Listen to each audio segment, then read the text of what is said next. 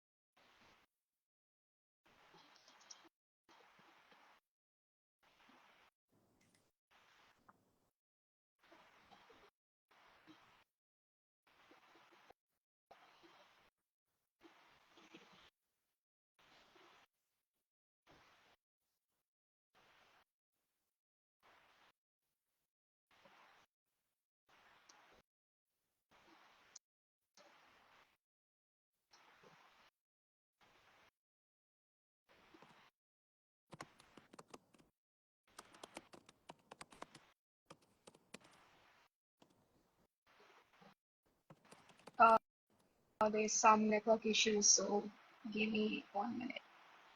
No worries. Hi. Is it all okay? Can we Yeah, start? Okay. yes.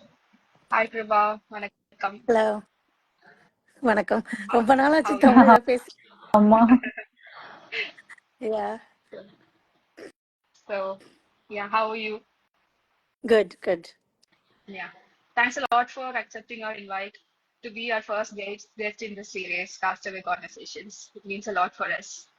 I should thank Miller and also many other people who have been chasing me for interviews, for the news articles, stories. I have been saying no for quite a while now, like 4 years now. But people have never give up on me. we are And I'm really glad. glad I'm restarting my social media journey with you both. That's great. Sounds great. Yeah. Yeah. So, we'll get started. Yeah. Yeah. So, Kriba, would love to hear about your journey, how you got started, and what led you to this activism and everything. So, yeah. I don't know about this, but for me, I did not plan anything basically. So, out of my lived experiences, I kind of always dreamt big, like I wanted big things in my life. So, I was a normal law student, but I was very curious, questioning. I would never admit to any social norms if there is anything, that I don't agree with. I always question it, even as a child. So when I finished my undergrad law, I kind of felt like the district courts are not my place. I wanted to go somewhere big. Then I started in the High Court of Madras. Then I got introduced to Periyar politics. I started going. Then it helped me improve my political quest, and my lived experiences actually helped it.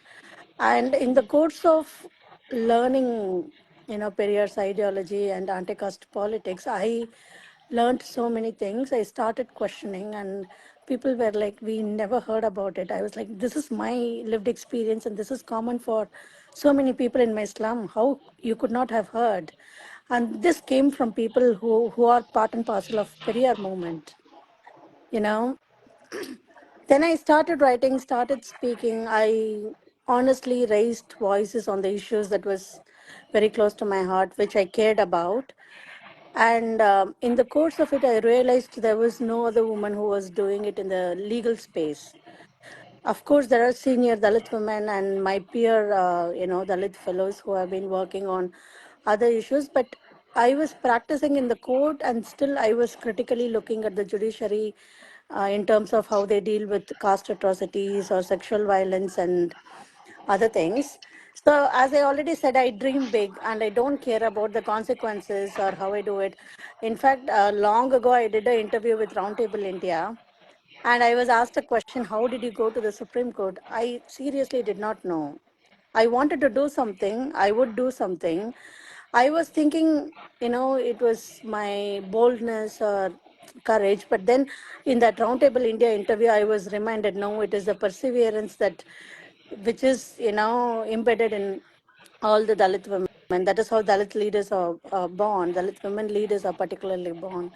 So then I wanted to go to the Supreme Court. And the reason why I wanted to go to the Supreme Court was very interesting. I was,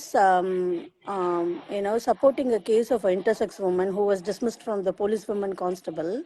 And the doctor simply gave a note that she is a trans woman, so she cannot be identified as a woman. And she, having been appointed as a women police constable, was a mistake.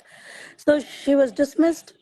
And I argued the case myself, but the judge wouldn't allow me. He was asking me to keep engage a senior counsel.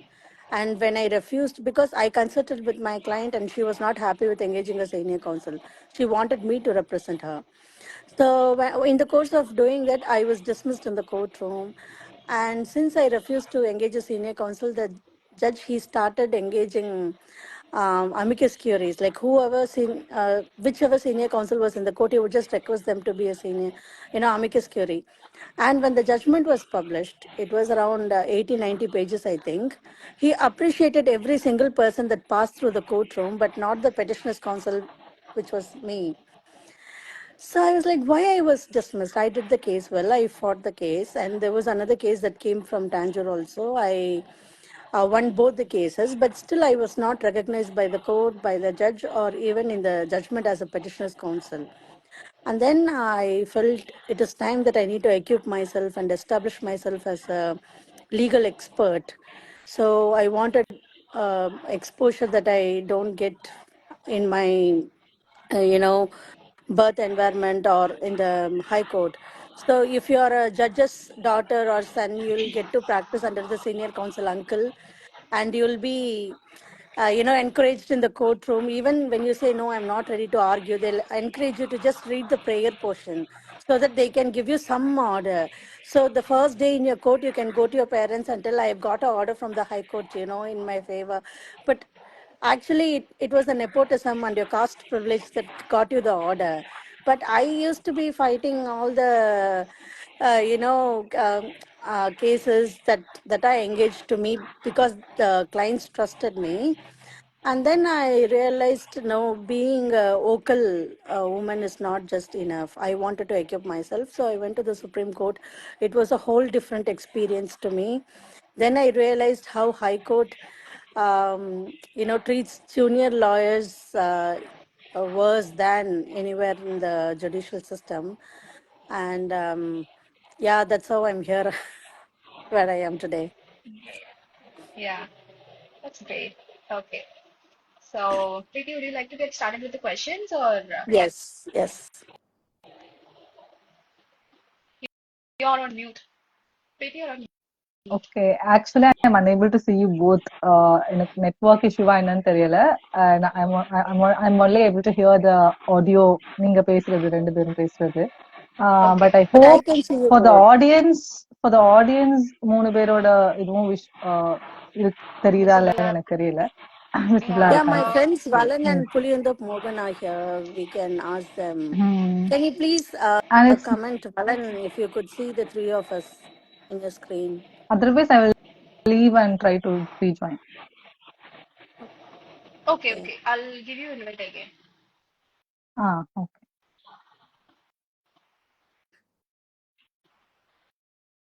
Okay, Valan can see the three of us. Yeah. Thank you, Valan. Thank you for watching. இப்போ தெரியுதா Preeti? Uh, I think again the same thing only. Parvala, we'll just continue. At least for the I'm audience, really people are glad we are getting. speaking in Tamil because most often I go to panels, they just switch to Hindi and speak among themselves in Hindi. They bring Hindi quotes, and this is amazing. Yeah, go on. This is let's see. To be honest, this is our first live. This is my first live. So எனக்கு வந்து Okay. தமிழ்ல கொஞ்சம் கூட comfortable இருக்கும்னு சொல்லிட்டு it's a little concern. I'm happy. I'm glad that you are comfortable with Tamil. I am Tamil. Come on, what is there to be comfortable? I am a Tamil woman. I am from Tamil Nadu. Yeah. Only. Cool. Cool. So yeah. The very first question that I have for you is, how do you think, mainstream feminist movements have failed to address caste? And if you can remember any instances specifically, uh, maybe you can share. I think we need to think about feminism as a concept in itself rather than thinking it as, some upper caste women speaking feminism as an ideology. Because if you take the white feminism, which was existing before the black feminism in the US, feminism as a concept in itself was not inclusive in the first place. It was not for everyone. It was simply speaking only on the gender terms. So there were women who were going through so many issues on different aspects of their lives, and because of the intersectional experiences. And only after Crenshaw introduced the intersectionality concept, people were able to, understand that there are different aspects to oppression or whatever discrimination, or even the very experience that we have as women in our lives. So if you take the concept in India, the very fact that most often sexual violence is considered as something that is committed because of the gender identity shows how shallow the mainstream feminism is. I've never used the word savanna in entire my political journey. I've never written or called anyone savanna, and I've never identified myself as a feminist, in fact, because even for me feminism is an idea that removes my caste identity, or which doesn't validate or acknowledge the experiences that I've gone through as a Dalit woman because of my caste. So if you talk to me or if you ask me to identify, I can never identify as a feminist. But my friend Valan would disagree, because every time we would argue, Valan would say, "No, you are a feminist. I could see a feminist in you." But I think that, you know, that energy, or which you can call a feminist aspect that comes out of me, is basically because of my experience as a Dalit, not as a woman, to be honest. So I think basically the mainstream feminism they speak in India has so far disregarded the experiences of Dalit women, and in terms of how to say labor movement. So there are low caste women who still work in industries like Take Tirupur. How many people are working? I've never seen any mainstream feminist movement talking about it. And even when it comes to sharing the spaces, I have learned feminism from Ruth Manorama. She's the first one to talk about it. As I know, I don't know if there could be other women who could have spoken about Dalit feminism, but to me feminism was introduced as a concept which disregarded the lived experiences of Dalit women and many other social issues they go through because of that. And Ruth Manorama was the first one who started speaking about CEDA, which is the Convention on the Elimination of Domestic Violence Against Women, and she kind of introduced caste aspect to it. And she went to Beijing. She met Nelson Mandela. She was the first Dalit woman to cross borders and speak about Dalit women issues in the UN and all. I've never seen the Ruth Manorama recognized or honored in any of the feminist spaces, and even when I was invited to most of the panels where we had to speak about patriarchy, feminism, caste, I was only a token representation in the panel. I've never been invited to be taking the lead of the panel, or setting the course of the panel discussion or whatsoever. So I think today the feminist movements, they have changed a bit after Me Too, to be honest. We need to acknowledge the changes as well. We cannot just go on and keep criticizing them. And after Me Too movement, I think they have come to realize how dangerous it was to speak alone, just on gender terms. Then they started supporting the caste and gender aspects of sexual violence that Dalit women face, or even scheduled tribe Adivasi women face, and they started speaking about it. Now I can see a visible alliance. For example, Danya Rajendran, she has been doing so much on Me Too and sexual violence. She doesn't care about who the women who experienced it or who the men. So she acknowledges the caste aspect. She acknowledges so many things, and I see this as a example of Me Too actually shifting the shallow stand and narrative of mainstream feminism into an inclusive one. And Chinmayi was also, although she is a Brahmin by birth, I think she started speaking about the sexual violence among the Brahmin institutions itself. So I think there was at a time where there was so much complicity with women who were speaking feminism. So when it came to their own men or their family members or their caste, they wouldn't even call them out. But now they have actually started doing it, and I think it is also unfair on calling out, the feminists or Savana feminists, because mm, I don't think they are the only ones who appropriate or co-opt Dalit feminism or Dalit voices. Even upper caste men are doing that.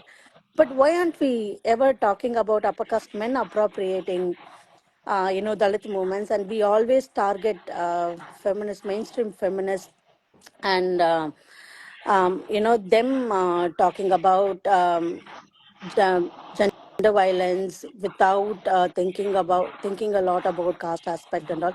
So I was made clear that Chinmayi was not a Brahmin, but she's from another upper caste. But still, initially I don't think before Me Too she would have ever engaged with any other sexual violence or sexual abuse issues. But now I think upper caste women have started engaging with it.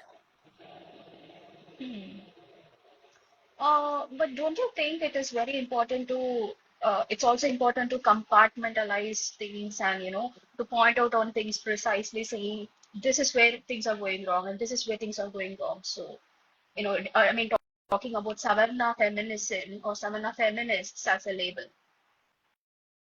So may I know what compartmentalization you're talking about? Can you give me an No, example? I'm talking about categorizing things and, maybe even labeling. Labeling is a very vast and very subjective topic in itself, but yeah, that's what I mean. So are you saying Savana feminists compartmentalizing feminism, or what? No, no, what I'm saying is, what do you think about labelization and saying this is where things are going wrong? Because I know people who say I'm labelization so is wrong and out of social labelization. media, so you need to give me a context. It's Okay, been 4 years. for I'm so out of instance, social people media. call Yeah. feminism in itself as a label. Okay, Okay. so yeah, so label in a labelize பண்ணாதீங்க in a feminist சொல்லாதீங்க நான் a feminist சொல்ல மாட்டேன் because it is a label that I do not Even want I to. said that in the beginning. Yeah, that's what. So I know people saying so, right, including you. So what do you think? What's your opinion on that? I think it's a very broad question to answer. So, to me, Yeah. my identity as a Dalit woman, it comes from my experiences as a person born into an former untouchable community, and how I was made to always feel that I'm not a human in the first place, and even if I try to be a human, I'm not enough. That is something that I have to always compete with, even my own men, for example. So others, they would do a very small thing, the entire world would celebrate them, but I have to do like 1,000 times, I have to perform 1,000 times better than them. So I think even there, my identity as a woman and my identity as a Dalit is intersecting, and my experiences is not just because I'm a woman. So I hate to be identified as a feminist, but I don't know the reason why others who wouldn't like to identify themselves as a feminist or what. But one thing I could say, I think there are many Dalit women who proudly claim themselves as a feminist. I've seen many upper caste women who claim themselves as anti-caste activists. And then at one point, we all came to know that they were not Dalits. And when we started calling out, they became activists for the cause of Dalits. So I don't think label matters, even with, using a very broad label. Savana feminist or upper caste women have been able to get recognition for the work they do, the minimum work they do on feminism or gender issues or caste issues. Whereas Dalit women, even if we perform like thousand times better than any of them, even the Dalit men here who are so popular in the social media platform, we never get to be celebrated, or we never get any recognition that others get. So I think the recognition is what matters, and how you are engaged with in terms of your work, in terms of your ideas, is very important than the label. So someone could tomorrow say, okay, I want to talk to Kiruba as a lawyer, as an advocate, not as a Dalit or a woman. I would still speak the same things. So, as long as they are actually committed to the cause, I think I have come to a point where, because I have been talking this for 12 years now, I know what people say, how identify themselves, but they are hypocrites. They would even do things that no one would believe a RSS person would do, to be honest. So allyship, people in your own community, betrayal, dishonesty, it's a human nature. So I think I've come to a place where I don't care about identities, but I care about honesty and integrity in what you speak and what you commit yourself to. Mm. The other day, I'm just getting reminded of this one incident. The other day, I was thinking how I claim myself to be a feminist, and the other day, Mm-hmm. uh, when I was talking with someone, I told I'm an Ambedkarite feminist, you know, because Okay. she told me, she was like, um, uh, we were talking about labels and எப்படி நம்ம வந்து ஃபெமினிசம்ன்ற ஒரு மூமெண்ட்ல வந்து நம்மளுக்கு இன்க்ளூசிவான space இல்லாத மாதிரி feel ஆகுறதுனால ஆட்டோமேட்டிக்கா நான் சொல்லும் போது அம்பேத்கரைட் ஃபெமினிஸ்ட் சொல்றேன் அண்ட் யாரோ ஒருத்தவங்க வந்து தலித் ஃபெமினிஸ்ட்னு சொல்றாங்க. So I just got reminded of. Mm. I think the reason why they call themselves Ambedkarite feminist is because they bring a anti-caste aspect to the feminism they speak. That is the very reason why they call themselves an Ambedkarite feminist. Otherwise, what is Ambedkarism? What is Ambedkarite? And one thing that is very problematic with the mainstream Savana feminism is they try to think things in a very narrow manner. For example, every time you speak of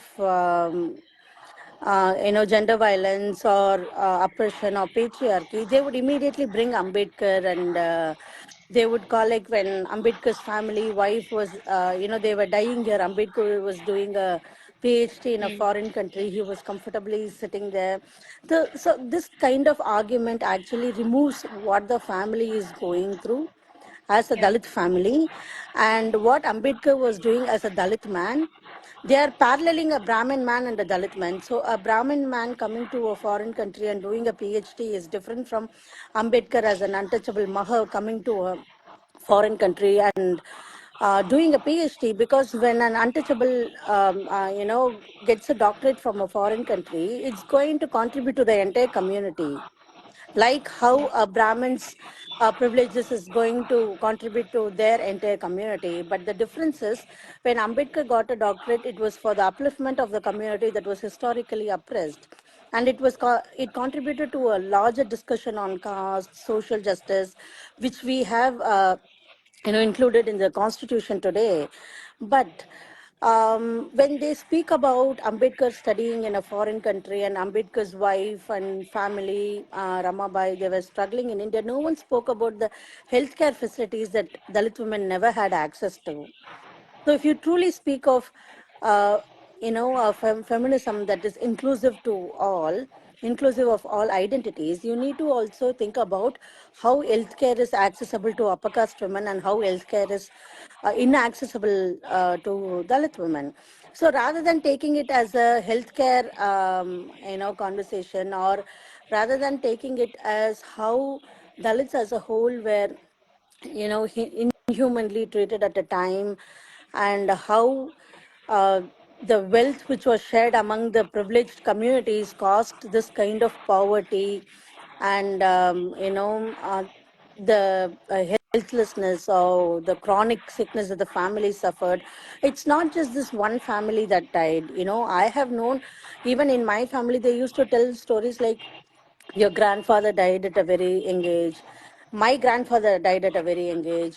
My father died at a very young age. I used to wonder why I don't have a father at the age of 28, but all my upper caste friends, they have their fathers. They get to, their parents get to see them married. Their parents get to see their grandchildren. But most of us in Dalit communities, we don't live longer. Who is talking about it? It is because of the caste oppression and access to basic livelihood, access to health, access to so many things.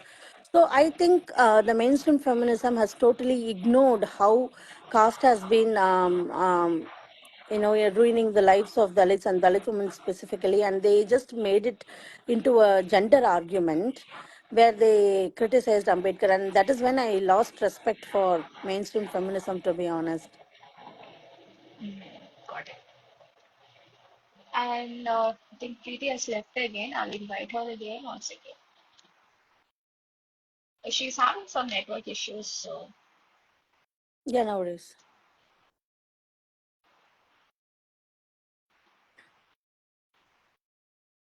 okay, okay, fine. We'll continue.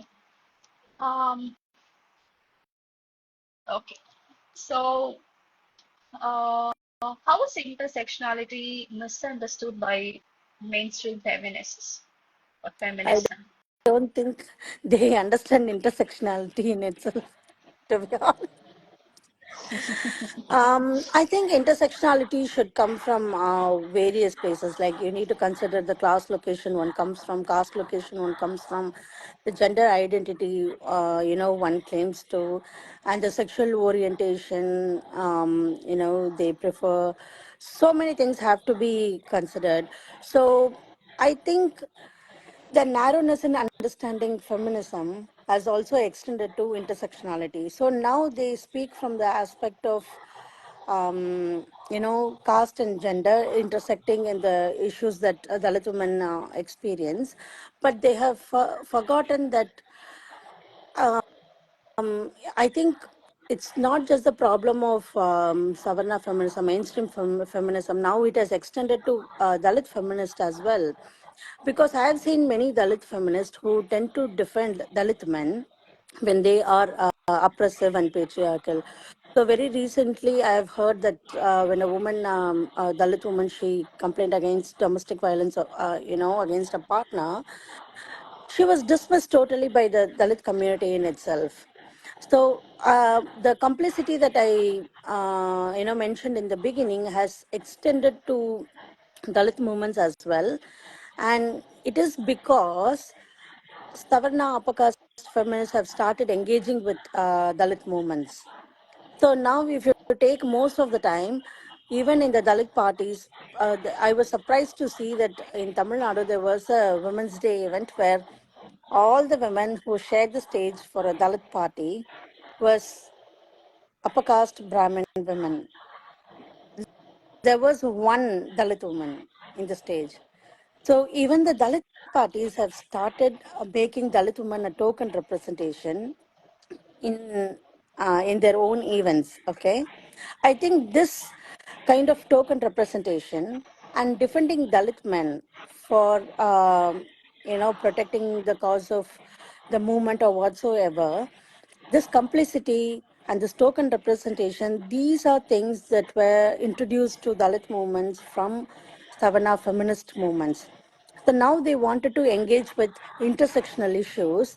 They started speaking about caste. They started speaking about gender. But when it comes to Dalit men, initially they were comparing them with Brahmin women, Brahmin men, without even considering the caste location they come from. Now they have started defending Dalit men or protecting Dalit men, but by not voicing out against them in the public spaces. So I think the intersectional understanding of playing in plain terms of it just means caste and gender is very problematic, because if you see the history of feminism in the US, even queer movements have gotten the support or the inspiration from black feminist movement.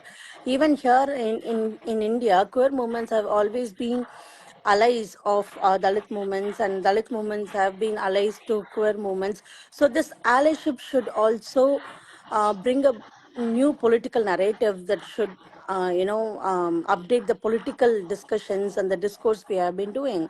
But 10 years ago, I spoke about Savarna feminism, silencing Dalit voices. And 10 years after, in 2025, I am still speaking it. So I don't know where we have grown. So this is the lack of depth understanding and a broader understanding of intersectionality. So many aspects of caste, class, gender identity, and who you protect, why you protect, the complicity, token representation. All of these things have to be taken into consideration when you understand intersectionality. I totally understand it's a learning process. We even I am also learning every single day. So unless they expand the understanding of intersectionality, I don't think this allyship that we have with queer movement and Dalit feminist movement will be extended to mainstream feminist movements as well. Yeah. So இப்போ from what you told me, I remember going to events in Chennai. They talk about black feminist movements. Who they They means who? I'm not sure if I can, you know, No, publicly who like are you pointing to? Are you pointing to queer movements or mainstream feminist movements? mainstream feminist Ah, movements. okay, because Yeah. I already mentioned I'm so out of social media, I'm so out of Yes, yes. events. Got it. So you Yeah. need to give me a context before you ask me something. Cool, cool, cool. Yeah. And Yeah. Dalit movements கூட இருக்கட்டும், Dalit activism சம்பந்தமான eventsல கூட they take inspiration from African movements and everything. So slowly we are getting there, I guess. Yeah. I But to hope understand we the get there uh, because, yeah, go on. to understand intersectionality as a whole concept, it's a long way to go, but yeah, we are getting started, I guess. Yeah, that is what I told in the beginning also. We need to acknowledge that there is a shift after Me Too movement. Yeah, People who wouldn't otherwise engage with caste issues or intersectional issues are now openly engaging with. But I think that engagement should not end up in them claiming leadership or recognition, but it should also be like an allyship.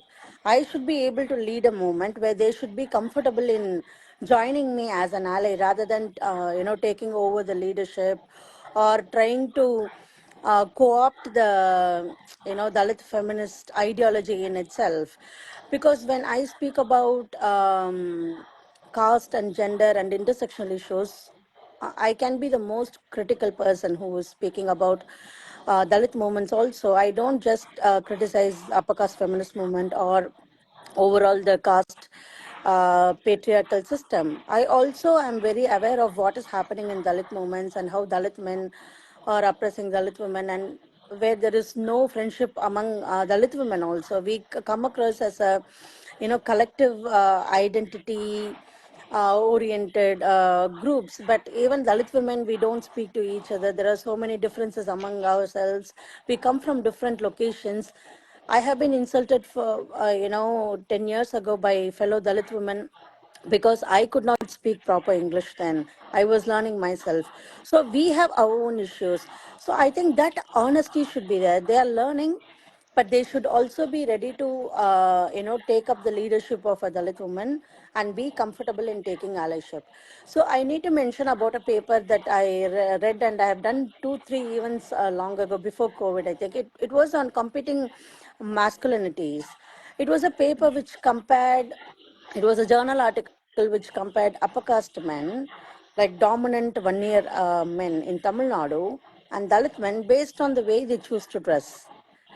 So that paper was written by two male authors and one female author, and then a male Dalit author has to counter it with another paper called Dalit masculinity.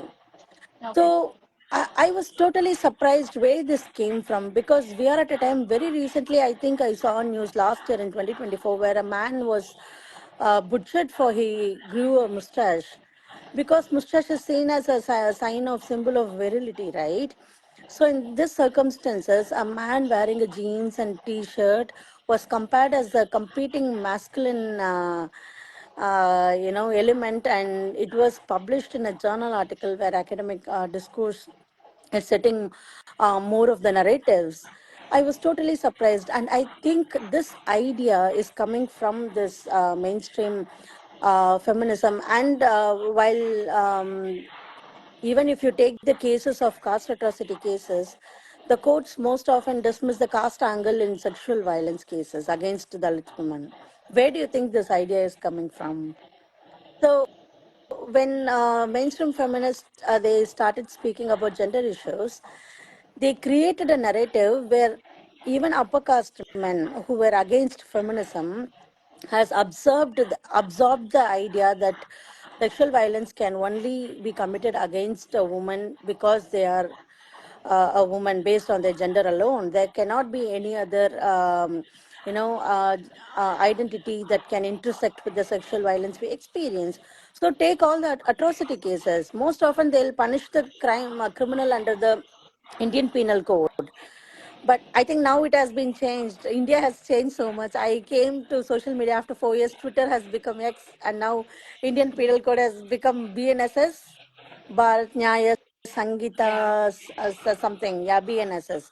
So the courts are very comfortable in punishing and convicting a perpetrator under IPC, but the courts are not comfortable in convicting a perpetrator under POA Act, Prevention of Atrocities Acts, because the idea that sexual violence can only happen based on one's gender is a feminist idea that has destroyed even the whole notion of justice in the Indian territory. So I think these are things that the upper caste feminists should understand when they speak of intersectionality. Now they are speaking on social media about intersectional issues, and you're telling me they are speaking about black feminism. Trust me, uh, most Brahmin women or upper caste women, when they come to a foreign country, they claim themselves as a brown woman, and they take leadership in black movements here. I know a black woman movement here in the UK, which is led by a upper caste woman of Indian origin. So wherever they go, they try to find oppressed identity. They use intersectionality in terms of taking a leadership in foreign country. They use being a brown woman as identity, and they take leadership. So leadership is a whole lot of problem we have. You can speak black feminism. You can even identify yourself as a black. Kamala Harris identified herself as a Asian woman, but we cannot deny the privilege she gets from her mother's ancestor, Brahmin ancestry, right? So we need to be able to call out these women who use intersectional identities to claim the ladder by kicking other women's efforts and all the foundation we have laid so far. Okay. So, what do you think should be the role of Dalit men and non-Dalit men, for that matter, in this movement?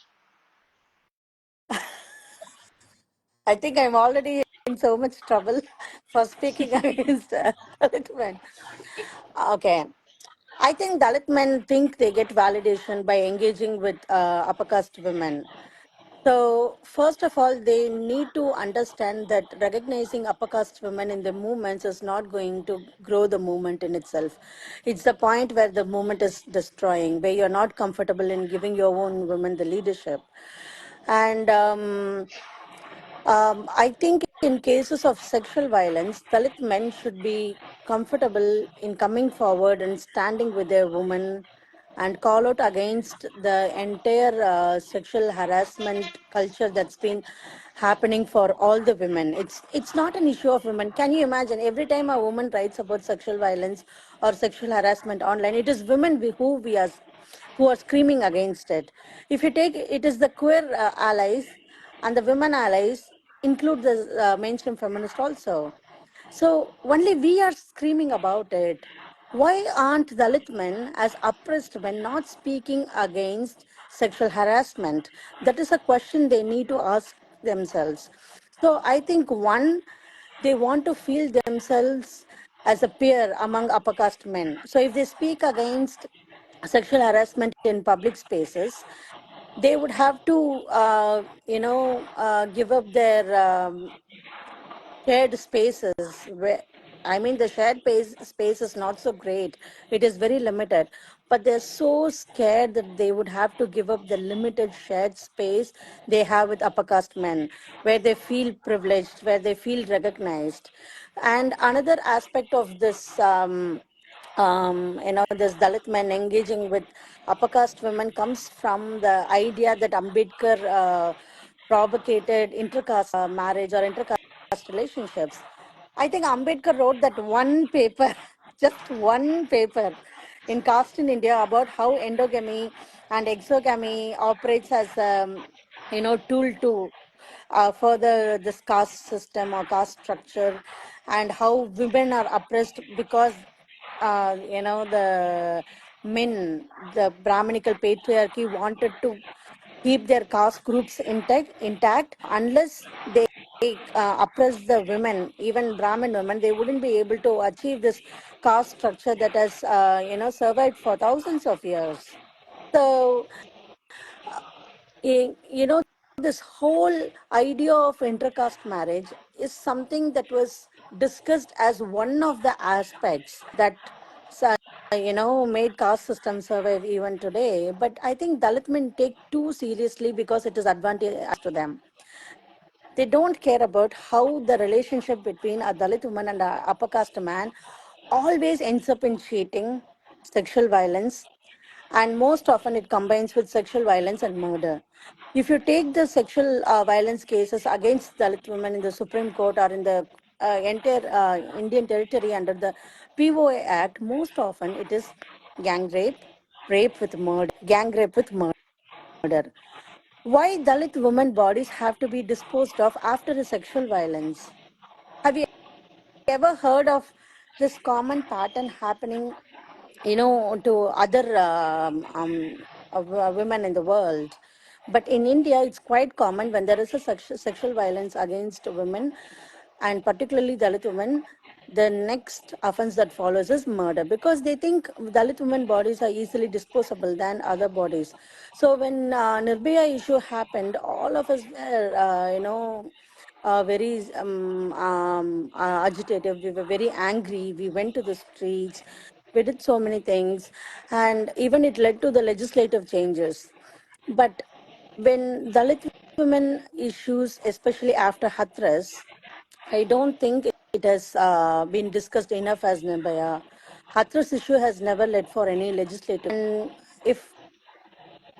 if only it has only contributed to the already existing prejudice against Dalit women. So I think Dalit men should understand that intercaste marriage could be a a solution. I don't know how many Dalit men are even feeling validated with upper caste, being with upper caste women, but I think they need to understand their validation should come from self-respect. Their validation should come from ideology that they stand by. Their validation should come Are you from having network letting issues Dalit at your end? women. Sorry? Are you having network issues at your end? No, I'm good. Oh, okay. You can continue. I'm sorry. Yeah. So I think Dalit men should start, finding validation through other political sources than solely from intercaste relationships, because it's not doing well for them also. That's true. So what would be your suggestion? Like, what do you think Dalit men can do? I think the first thing Dalit men should do is start speaking against sexual violence against your own woman, because standing up against upper caste man is not a wrong thing. They need to understand that. And now, on the other hand, Dalit movements have become a sanctuary for OBC men, where they can come, affiliate themselves, grow themselves. And when a Dalit woman is raising a allegation against that upper caste man, this Dalit movements are protecting the man rather than voicing out for their own woman. So these kind of behavior from Dalit women is actually ruining the solidarity we have between Dalit men and women in the anti-caste movements. There need to be solidarity with Dalit men and Dalit women in the first place to question Savarna feminists. That is why I told you in the beginning. I think we are being unfair in questioning only Savarna feminism for ages now. No man was That's true. invited to a program, made to sit, and no Dalit man was ever asked, please tell us how upper caste men are appropriating and co-opting Dalit movements. But we see OBC men, upper caste men, always intruding into Dalit movements, taking leaderships. They are even becoming MPs and MLAs these days. Have we ever questioned them? I think this is the kind of space where we allow them, enable them. So I think this enabling attitude of Dalit men should change, and then the solidarity with Dalit women issues should increase more than just violence, because violence is not the only issue that Dalit women face. There are other everyday forms of discrimination we face as well. I hope they unlearn someday. Preeti has asked a question. Any suggestions to unlearn for upper caste men? Mm. I mean, dismantling the Brahminical patriarchy and all forms of patriarchy is a huge deal. So, if we have to give suggestions to unlearn them, they need to unlearn to be a man in India, because I think it's directly connected to their gender identity as a male. And also, I'm really tired of educating upper caste men. I think I'm giving this project to my fellow mainstream feminists. They should, give suggestions for upper caste men to unlearn how to be a patriarchal, oppressive man in India. Uh, எனக்கு voice break ஆகுதான்னு தெரியல. Preeti, can you tell me if you are able to hear what Kiruba speaks correctா? Network For issues me, எதுவும் இருக்கா? your video is breaking. Your video is all blurry for me. அப்படியா? Okay. Mm. Oh, okay. So, Preeti cannot join us or what? Yeah. Even she is having network issues. Mm.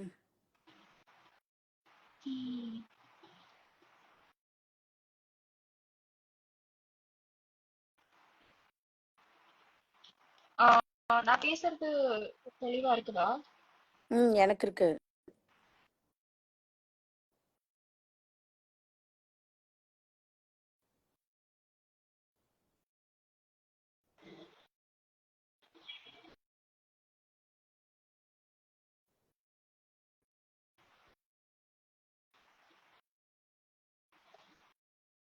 Ashwini, your video is blurred for them also.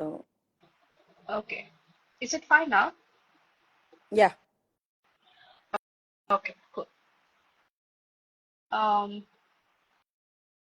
previous Thank asked you, a Valan. question. Mental health impact or insights related to this topic. Mm, mm.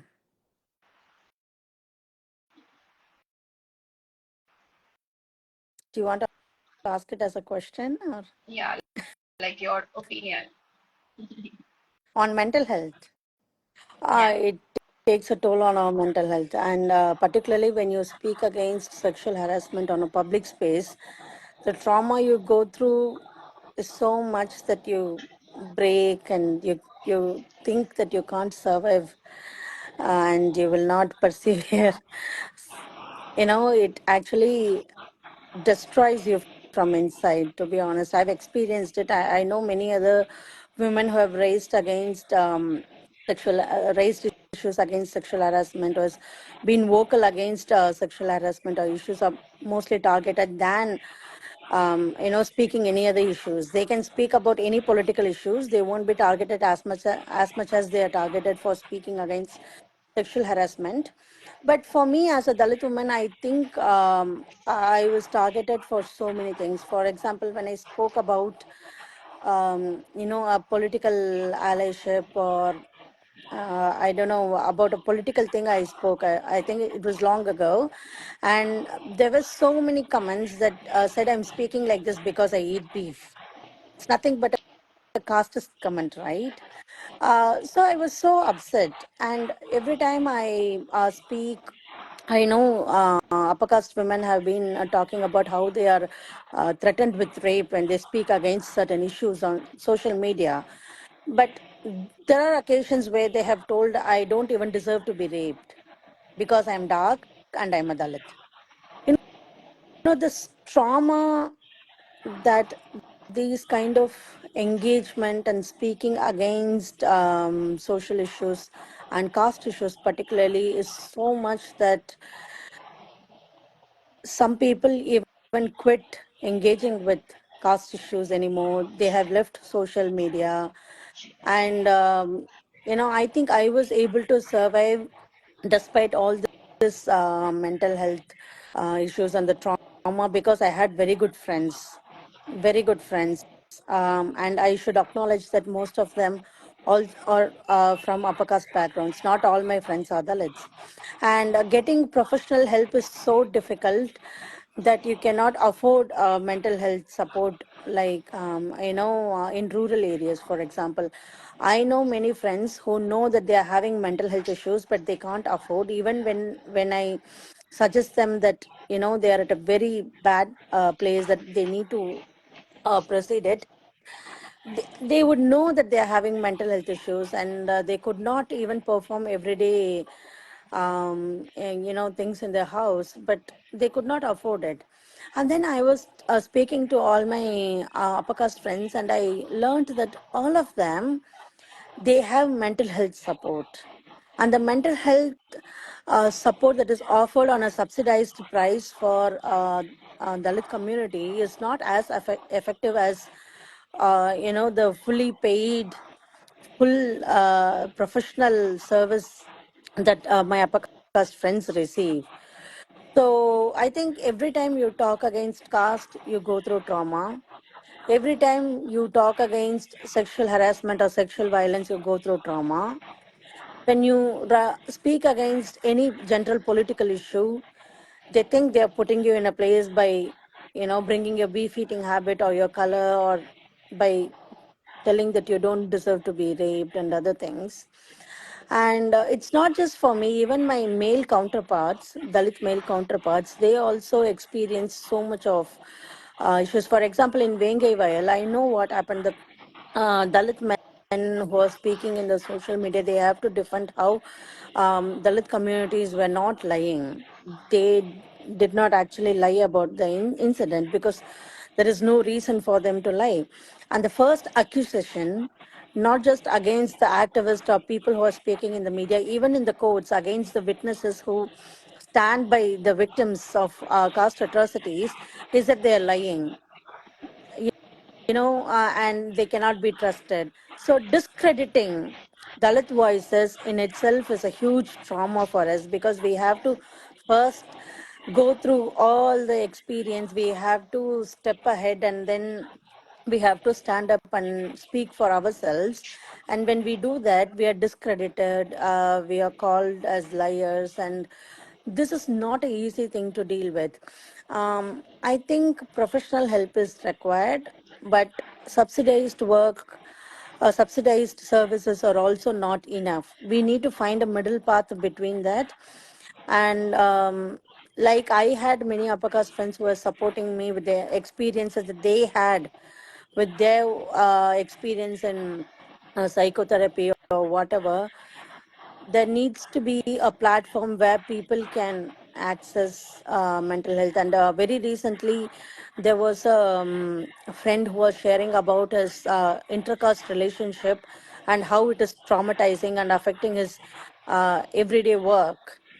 So we always speak of women going through mental health issues, but we don't consider Dalit men in intercaste relationships also go through so much of trauma because they have to, perform so much that to get that validation. And with the present culture, they feel like even their Dalit counterparts will respect them only if they are with the upper caste woman. So this is what I told you in the beginning. Dalit men learning to seek validation from other political sources or other political ideologies, or by letting Dalit women take leadership, should come for their own benefit. And as people who are very concerned about people's mental health and trauma, we need to find a middle path where we need to get funding. I don't know how to do it, to be honest, uh, because subsidized work never helps. Maybe more funding should happen like it happens in the queer communities these days. Queer communities, they started applying for fundings, they support queer people in their mental health issues. We need to learn that and do it with our caste, anti-caste activists and people working on caste issues as well. Yeah. This reminds me of one phase of mine wherein I had an aversion going out also because I'm from Tenkasi, Tirunelveli district. I mean, Mm-hmm. it used to be Tirunelveli district. இங்க எப்படின்னா வந்து கடையில கூட வந்து they have their caste names written on their name boards. This, you know, Sendil Murugan Nada, this shop, Devar shop and everything, right? So அது கூட எனக்கு பார்த்தா ஒரு ஃபேஸ்ல வந்து எனக்கு பயங்கர ட்ரிகரிங்கா இருக்கும். And you know, வீட்டுக்கு விட்டு எனக்கு வெளியில போக முடியாது. And I do a work from home job, and that that phase was very difficult for me to go through. And uh, speaking about mental health gap, mm, to find a therapist who's caste informed, you know, it's also very difficult because I'm taking therapy, and my therapist, she says like அவங்களுக்கே தெரியாம she uses some terms, and that triggers me as well, and then I have to address that, Tanya. So yeah, Mm. and this is the reason why we actually started Milir also. You know, we want to provide a support group for survivors of casteism. Yeah, thanks Yeah. for saying that. I think this caste informed therapist is something that shows how people from oppressed communities are not able to become experts in their own fields, or not able to access studies, psychological studies in the first place. Because most often people from oppressed communities study, just go to work, just to get a job and to sustain the family needs and to repay the debts. And it is kind of like a slavery for them. They study just to go to job, and after they go to job they are in a very intermediate or lower ranking in a company or whatever. And when we study, we don't think about studying these elite courses. To be honest, for oppressed people, studying psychology or any other course that relates to mental health is something that is very elite. So I think the lack of access to mental health education in itself is a problem that is reflecting on the lack of caste sensitivity in the therapist in the first place. And in the second place, the people who are expert in the fields are most often from places that they don't know what these experiences are, and they're not willing to equip themselves to understand these issues. And I think in some places I've heard that they have some people from oppressed communities as colleagues, but at a lower ranking. They are never interested in educating them or giving them an opportunity in growing themselves into the field as an expert. So that is the problem we have with a therapist who are caste sensitive. And I was going to tell that you should see how this upper caste men or people who would never do caring jobs in India are coming to foreign countries, and they are very much engaged in carer jobs, and they actually change themselves. So I think learning to be a carer, learning to be sensitive is not very difficult. When the environment compels, everyone would definitely learn it. So the therapist, usually in the legal spectrum, we would say like the judges and the police officials needs to be sensitized. They needs to be trained. So I think in the curriculum, especially in the mental health education curriculum, we need to bring in caste aspects, and we need to have this caste sensitization trainings. But again, it's a burden on us in sensitizing someone, educating someone, making them understand the nuances of, the trauma a person from oppressed community is going through. I think this sensitization is very important in understanding and giving help or providing professional support to people who are going through this caste-based trauma. I'm really sorry you had to go through this trauma by seeing the names of caste names in the board and all. But it also should be understand from a place where caste is never physical. Caste oppression or caste violence is never physical. It was psychological as well. So when you told about this Nada shop and all, I was reminded of an incident in Kerala where up to some time Dalits were not allowed to use the word salt, uppu. They have to use the word pulichatan. So when they go to a shop, and the upper caste person will be usually the shopkeeper, and if they ask for salt, they would be brutally murdered. There is an incident which Ambedkar writes in his writing. He mentions that a young boy, young teenager, he went to a shop, innocently asked for salt, and he was killed. So there are other cases, Ambedkar codes, where people were killed because they sat on a cot. They smoked in front of a upper caste person. So smoking is also endangering their caste, hierarchy. Sitting on a cot is also challenging their caste hierarchy, supremacy. And asking for salt as salt in Malayalam is also challenging their caste supremacy.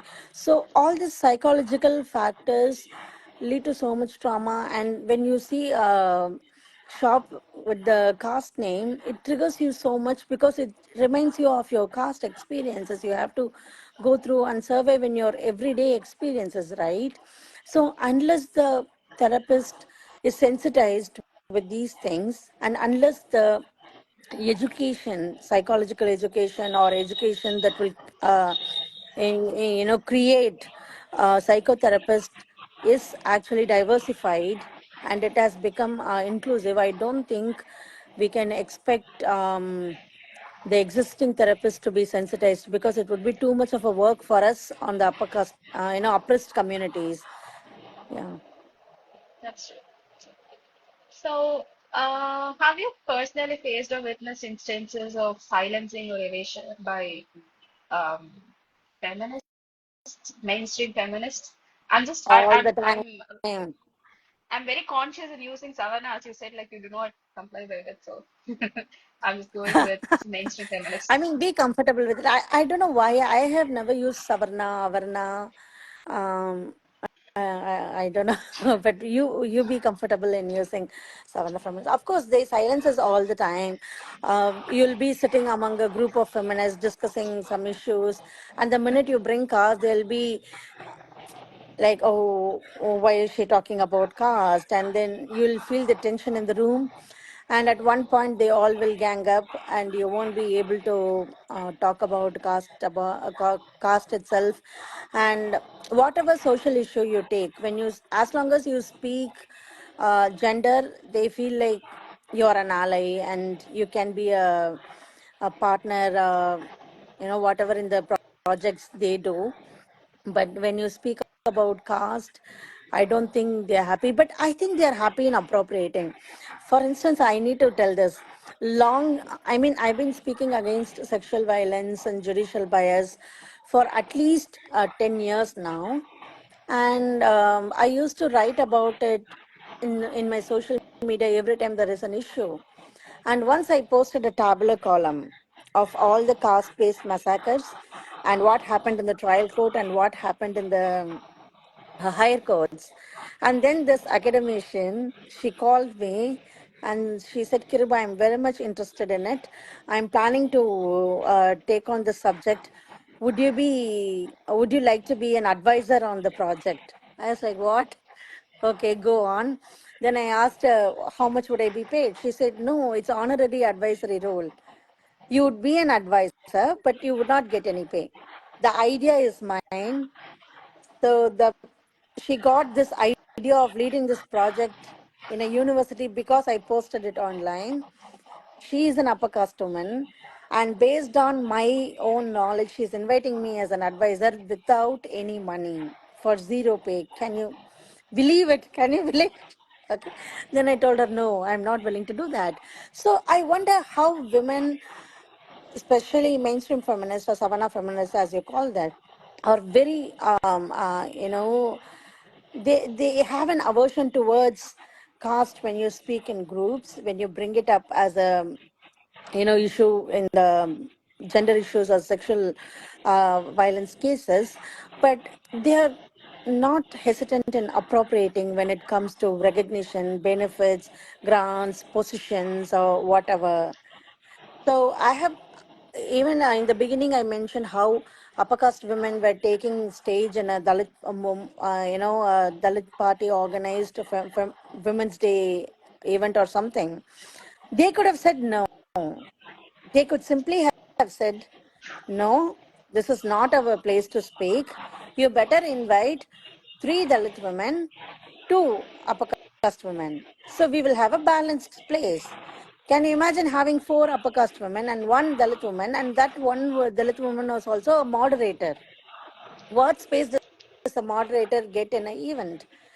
So there is so much of aversion when it comes to caste, and I have been silenced so many times all my life, and I think I thrived despite the silencing. Yeah, and social media is a place that helped us amplify our voices. Had social media not emerged to a very popular and a significant place, political space like it is today, we would not have been able to amplify marginalized voices, or raise our differences, or raise our perspectives on the public platform. They would have totally silenced us. Not just me. You speak to any Dalit woman, they have at one point or other would have definitely experienced this silencing. Even in the workspace, I have spoken to many journalist women who are not able to report on important caste issues because they have been silenced by the fellow women, leaders or managers. Uh, this reminds me of how me and Preeti use Miller as a platform to Mm-hmm. talk about the psychological aspects of the trauma that we go through, or instances for that matter, like the psychological reasons behind it. That Mm-hmm. makes us feel empowered. We talk about it, we we make creatives on it, and yeah, that helps us a lot. That's one of our coping Mm-hmm. mechanisms, I guess. And okay, what do you think about caste privileged feminists? Like, how do you react when they get called out for their complicity? What are a few defensive mechanisms they use to maybe like to Mm-mm. defend themselves? I think when you speak against caste and if you speak about Ambedkar and Periyar, you can't even touch them. Even the Dalit men will come fight with you. They will put you in your place. It doesn't have to be, the mainstream feminist. Even the Dalit men will just defend them and they will protect them. So I think their defensive mechanism is speaking about caste issues. And most often, many women who have been speaking about caste issues for so long were misunderstood to be Dalits. I always wonder how that could happen because when we as Dalit women, we speak on caste issues, we are, traumatized, we are abused, and most often we are dismissed. And you know what? Dalit men would not even follow Dalit women on social media spaces because following someone is giving them recognition. Like, yes, I'm acknowledging what you're doing. I recognize your work. So they just don't follow you. But if you see, they'll be following all the upper caste popular women. And these women would be seen as a anti-caste icon or as a progressive icon who is speaking on Dalit issues. They would have gone to places which belongs to Dalit women in the first place. And I have called out so many women, and I have been in trouble for that. And in fact, I was isolated because I called out them.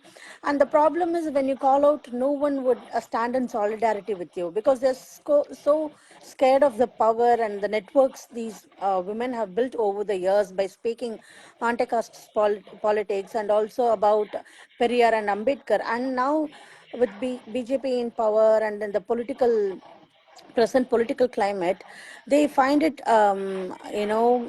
very delicate and sensitive to even criticize people who are embracing Periyar and Ambedkarite ideologies. But the point is, it is like a temporary solution for a deep cut wound you have. So unless you go to a doctor, repair it, and stitch it, the issue is not going to solve in itself. Like there will be infections, you would have to face so many other health complications. So, like that, I think this temporary ceiling, temporary need, and craving for someone who is identifying with progressive ideology is the defensive mechanism, or that is the tool that women use to withstand themselves in this platform, I think. So what do you think feminists from dominant caste should be doing to become a true ally? Um, well, where do you think they fail and what should they be doing instead? Very good question. So I think in the first place, they should openly identify their caste location. So this misunderstanding of some oak woman to be a Dalit will be solved in the first place. We need not have to call out them. And sometimes when they write books, you would have seen the writer's profile at the back cover of the book usually, right? So these women's profile will always be confusing. You cannot come to a conclusion where they come from. So I'm not telling them to, publish their caste certificate. What I'm telling is just declare your caste location, acknowledge your privileges, where you come from, and still what you do. That would make sense. That would make us to believe you. We would say, yeah, she's an upper caste woman, but she is very honest in what she is doing. You would definitely be appreciated for your work, but you don't have to steal any oppressed woman's identity or steal oppressed woman's place. This world should be a place which is for everyone. You cannot just take our ideology, speak our politics, and become our own, icon and leader. They should stop that. And I think in the US, the Ambedkar chair, I think in two universities, the Ambedkar chairs are upper caste privileged women. So when you have an Ambedkar chair, you have the chair. I don't complain it. You're bringing an Ambedkar chair to a reputed university. But why not give the chair position to a Dalit woman who has been doing work in academia? I understand you cannot give the Ambedkar chair to an activist or a grassroots, person who's engaging with the grassroots. But there are so many women who are working in academia for so long and writing about caste issues, or even they are experts in their own field. They don't necessarily have to work on caste issues. You need to be able to create an Ambedkar chair in a reputed university like Harvard and still be able to give the chairmanship to some other Dalit woman. That is true allyship. And I know they write for grants all the time. They get this huge grants to study caste. Even in India, I know a Dalit lawyer. I mean, no, I know a upper caste lawyer. She applied for a grant, like €1 million grant. They got it. But Dalits were used as just participants in the entire project. When you write a grant to study caste, you invite another Dalit academician or whatever grant it based on, invite a Dalit person to be a co-applicant. So when the grant is given, you both get the recognition. Of course, you have put in your knowledge and effort and you have learned the ways to get a grant, positive grant. But why don't you invite others as a co-applicant rather than being a participant after you have gotten the grant? So I think they should have the courage to open doors and tell them this is your place too. I don't want to appropriate. Would you like to come work with us? Let's do this together. And that is when this allyship will really work and we would truly feel solidarity.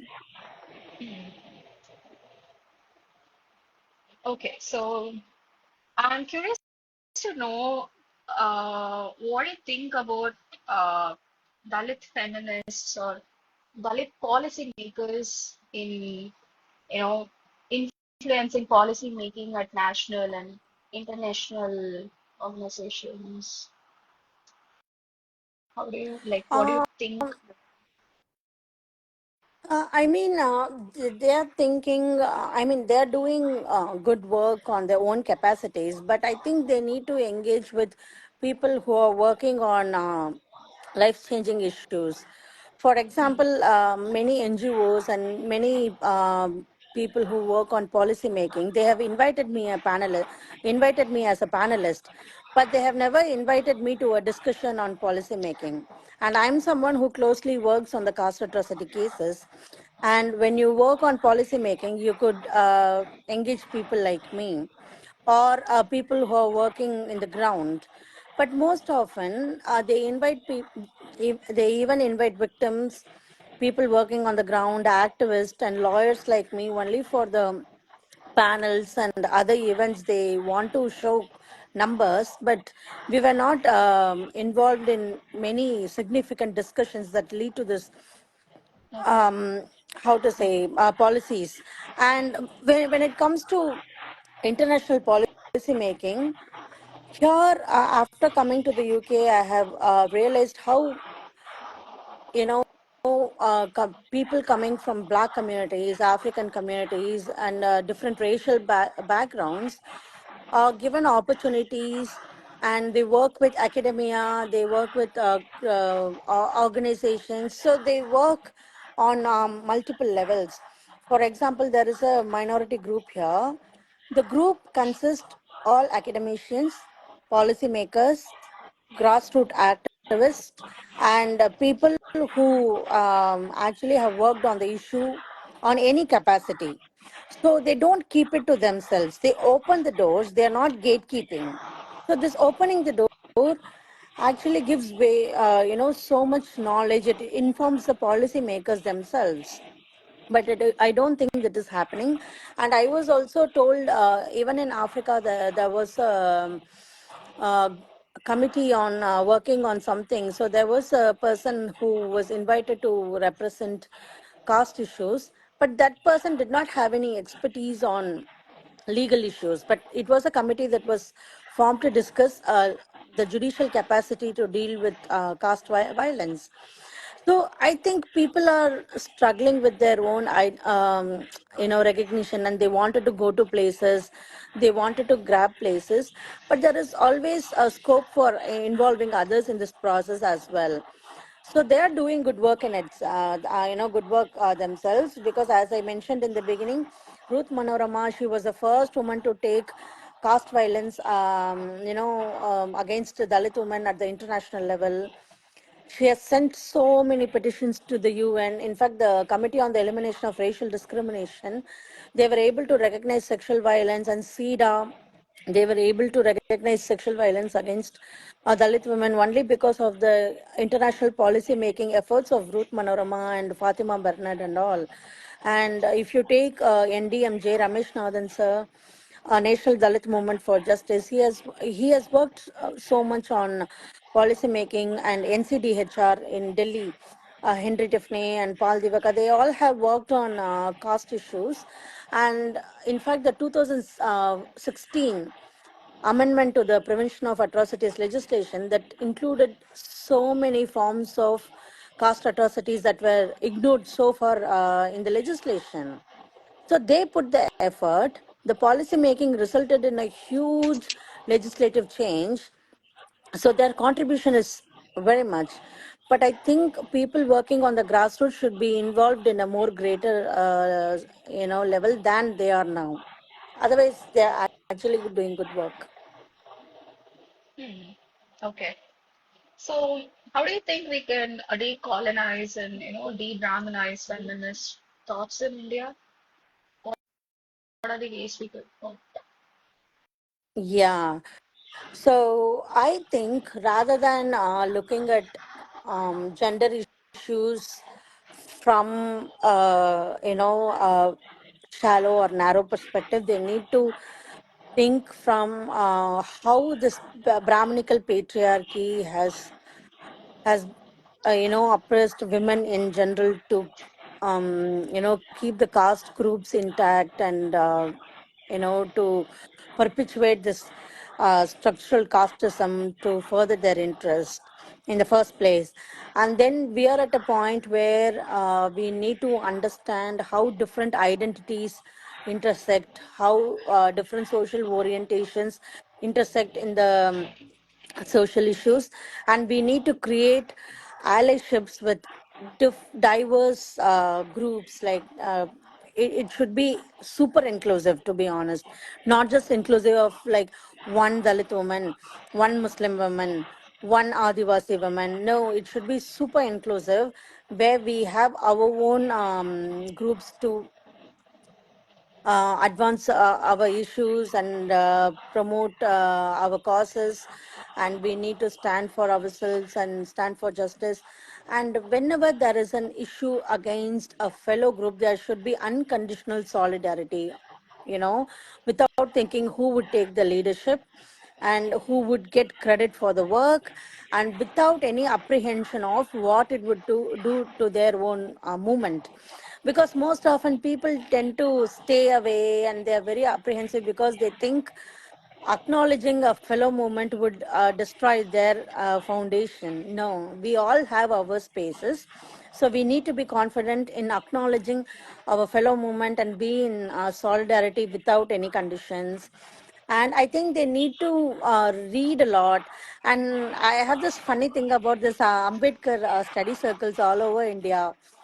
So I think I've interacted with at least 10 groups. They all study only annihilation of caste. They read only annihilation of caste. They discuss annihilation of caste. But there is so much about Ambedkar. He has written so much. I think we need to discuss all his writings. So I was talking to my friend Valan, and I was telling this case, Ambedkar mentions this, that case, Ambedkar mentions this. Then Valan was like, Kiruba, which volume did you read? Because I go to this Ambedkar reading groups, but I don't think no one reads this. So I think they read two paragraphs of annihilation of caste, come to a reading circle, and they discuss. like for 3 hours. But there is so much to read. Without reading, how will you understand things?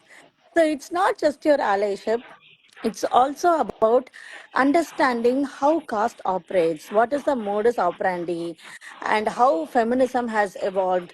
As I already mentioned, I was speaking about Savarna feminism silencing Dalit voices 10 years ago. Where have we grown in our conversations? Have we updated ourselves? Has the discourse been developed to a place where actual real life, differences are happening? So these are questions that they need to ask themselves, and we need to ask ourselves as well. I think Ambedkar reading circles in Chennai and Bangalore, I think they are doing more than just reading the texts. They are conducting events, seminars. I Yeah, No, but no one has gone beyond annihilation of caste. That is my point. that's true. So when I say something like, okay, Ambedkar in this, for example, this Uppu Pulichatan case in Kerala, no, Ambedkar has written about it. And every time people speak caste violence as this collective forms of caste violence as a new phenomenon in the independent India, no. It has always existed. So Ambedkar has written about it. So when someone writes that it's a new phenomenon, it is just has emerged, then we dismiss the fact, no, it is systemic, it's historical. How would you understand it unless you read these things? I mean, I'm not telling that everyone should read. Everyone should be at the academic level of reading and all. What I'm telling is have meaningful conversations. Just don't stick to annihilation of caste. If you ask me, Caste in India by Ambedkar is a way better, thesis than annihilation of caste. If you ask me, volume 5 has so many things about caste violence, caste atrocities. So we talk about caste violence whenever there is an incident, and we consider it as episodic. Our conversations, social engagement as community is also episodic, because we don't care about caste otherwise, unless a Dalit woman is brutally assaulted and she is murdered. That is not how caste operates. In the US, people worked on race relentlessly, that they were able to construct a critical race theory. It's not just one day's work.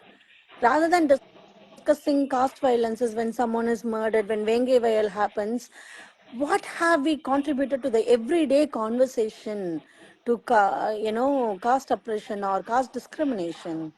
I think we have to grow to a place where it has to be a everyday conversation. I get it. Okay. So, how do you think feminist organizations can be held accountable for caste exclusion? Calling out, that is the Okay. only way, because we don't have any capacity to intervene in their administrative or other administrative privileges. So all you can do is you can call out them. Other than calling out, you cannot do anything. But I think when you call out, the problem is people are scared of allyship, networks, invitations. So many things are there.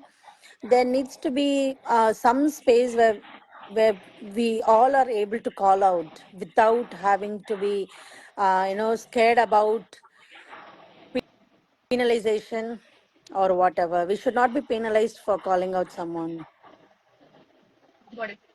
So, what is true solidarity between Dalit and Savarna feminists look like, according to you? Mm. So, first, standing with Dalit women issues without questioning the credibility is very important. So, when a Dalit woman is coming out with an issue, extend your solidarity. If you don't trust a fellow woman, no one would trust you. So you have been doing this to Dalit women for a very long time. When Me Too happened, no one was trusting you. So I think Me Too is a huge lesson. It was a very big lesson to all the Savannah feminist women. Because until Me Too, it was only Dalit women who were screaming about sexual harassment and sexual violence. And even in domestic spaces, not just, you know, workspaces or whatever, even in the domestic spaces, women have been talking about so long. But the mainstream feminists were quiet about it. They did not even speak up against it. But when Me Too happened, they were discredited. Every one of them were discredited, you know. And then they realized, okay, the strength is to trust fellow women. That strength is to stand by them. So they can take the movement forward, feminist movement forward, only by standing in solidarity with any woman who is in the public space. So that learning, that enlightening should be a common practice on any circumstances. That is one way to extend solidarity. And as I said already, you take credit for the work you do, but be honest with your caste location. Be honest with the privileges you come from. You still commit yourself. I am a Periyarist. Periyar is a person, he is a non-Dalit person, leader, but still I have huge respect for him. I am not respecting him because he is from a, you know, Dalit or oppressed caste location. No. When you speak honestly on a particular issue, you would be recognized for your work. Your work will speak for you. You need to have that confidence. And then when you work on a huge project, when you apply for grants, engage other communities in the project. You just don't lead other people's lived experiences or their issues. You can facilitate it.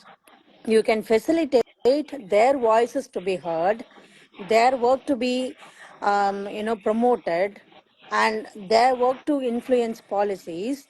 And you can be a facilitator. Then the credit will come to you.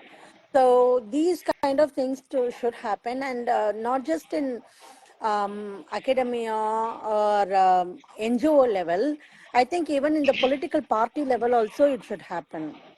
So I was invited to different political events in Tamil Nadu. And every time I went, I feel like, okay, they are inviting me for my work. But in in reality, they invited me because they need a Dalit token representation. So it's not for the work. They don't care about the work. So next time when you invite me, I won't be eager to work with you, because you're seeing me, you're using me as an object in your own event. How will I engage with you? So rather than objectifying Dalit bodies as a representation to showcase your diversity or inclusivity, you need to honestly engage with them on multiple levels where real changes are made, where you get credit, we get credit, and there is a shared humanity among all of us. Okay, I'd like to end the live by asking two light-hearted questions. What role do you think art, literature, and poetry play in Dalit feminist activism? Oh, very much. You could take Bama, and you could take Sugirdrani, Jairani Akka.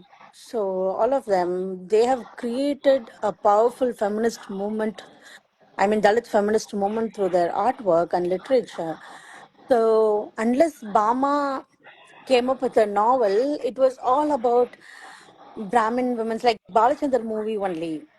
If you take all the Brahmin women and their experiences were only in literature. So even if there was a Dalit character, we don't know the significance of that character or the narrative that the character will carry throughout the novel. So Bama did a whole job, and this I don't agree, or I'm not proud of my Parer identity. But Sugirdrani Akka, when she wrote Kolayam Saival Parechi, it was seen as a retaliation about, um, you know, retaliation and perseverance of Dalit women against sexual violence. Like, I won't just tolerate and bear all your sexual violence or oppression. I'll retaliate. I'll even go to the extent of, you know, beheading you or whatever. So it is very fierce lines that has in a poem, like, that is very amazing. That's coming from grassroots. She's a school teacher, and then Jairaniaka has done so much on her literature, and she's a journalist as well. So her writings has been an inspiration for so many young Dalit women who don't know how to carry their identities in the social spaces. So through art forms, they created a space where we are today, where I am today now. So I think we owe so much to these women who are in art and literature, because when you do something through art, the impact it has on society is so much than you do, as an activist. If someone publishes a book, it has international significance, international impact than someone speaking or working in the ground. I mean, I'm not, giving a less value to people working on the ground, but the scale they take, the cost issues is so much. So I'm all for art and literature, and I think there should be more young women and young Dalit women who work on art and literature. They should include caste in their work. And I think Malavika, she's a Dalit woman artist, and her artworks have been it has been so good. I did not follow her for some time now, but I remember her doing work for Ambedkar writings and other Dalit women's work. I I've seen it. Her name is Malavika, I think. Yeah, and then there are other women in Maharashtra where I met women artists who showcase their caste experiences through paintings and drawings. So in Tamil Nadu, I think there needs to be some spaces where they can engage themselves, and Paranjit is supporting artist and literature work through publication. And Puliyendop Morgan, he's an activist and lawyer, and I know he has been working in publication for some time, and he himself has written many articles. So people are working on it, but we need more people to do on the work. Um, Valan has asked to share about your, doctoral research. You're also curious. Well, Please go no, ahead. I can't do that. Please go You ahead. know, We're curious. Go ahead, please. Valan, I can't do that because I'm creating a public record. Oh, Hope you understand. Yeah, yeah. but anyways, my doctoral research would come as a book very soon. I'm in the Cool. process of getting a book contract. So you all be able to read it sooner, not just in this live. I'm very sorry, Valan. That's okay. Looking forward. So the last question would be, what gives you hope for the future of Dalit women's resistance? Um, I think people like me, we never stop. So this innate perseverance is there, okay, that I've seen in many young Dalit women also, and senior Dalit women who have seen so much. They've come across so many hurdles, but they still persevere despite having been put through so many things. And for me, the inspiration is Ambedkar. So when I was practicing in the Supreme Court, I would feel alone, isolated. As a Tamil person, it was very difficult for me to live in Delhi, speak Hindi, and engage with North Indians. Basically, I could not do it. And sometimes, as a young lawyer who was passionate about practicing in the Supreme Court, I faced so much hurdles that sometimes I wanted to give up. So every time I watched Ambedkar's movie, okay, and while watching this movie, I will think, okay, if he has done so much, if he has gone good, if he has gone through this much, what I am going through is nothing. And he has made huge contribution. I don't have to do that much. All I have to do is just keep going. That is the least I could do. So even today, when I was doing my PhD, I used to feel frustrated, depressed most of the time. Writing on your own, all of these things would cause so much trauma. And again, I used to read Ambedkar, I used to watch Ambedkar. Then I would think, okay, Ambedkar has done so much. I don't have to do all of it. I just have to keep going, keep going. So I think this is what all the Dalit women did so far. Dalit women leaders, particularly, did so far. They had financial issues. They had no fundings like other upper caste women. They had no positions of power. They had no, movement like overall Dalit movement. We don't have Dalit women movement like with a whole lot of strong roots, and there were so many things that they had to go through. But still, they were able to take us to this place just by keep going. I think Dalit women will never stop, keep going. That will be there. Because as long as human beings exist, as long as caste system exists, as long as caste is driving all our everyday lives, Dalit women will be there. No one can erase them. True that, true that.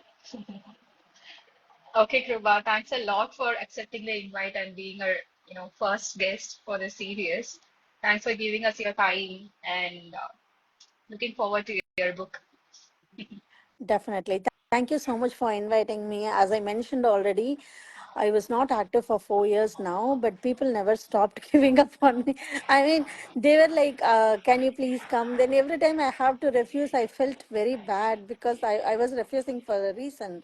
But I'm really glad that, you consistently pursued me and you made me come back. So this is on you. I'm coming back after 4 years. And I really, appreciate you both, Ashwini and Preeti, for having this space. And I think you can do so much on mental health and, other support which the Dalit communities require rather than just engaging in conversations, and invite Dalit men and question them about, upper caste men appropriating and co-opting. I would Sure, really love to definitely. watch it. Congratulations to you both. All the best to the work you're doing. Whenever my book is out, let's do a session on that as well. Sure, sure, sure. Definitely. Yeah. Right. Yeah. Take care. Take care. Bye Thank bye. you. Bye.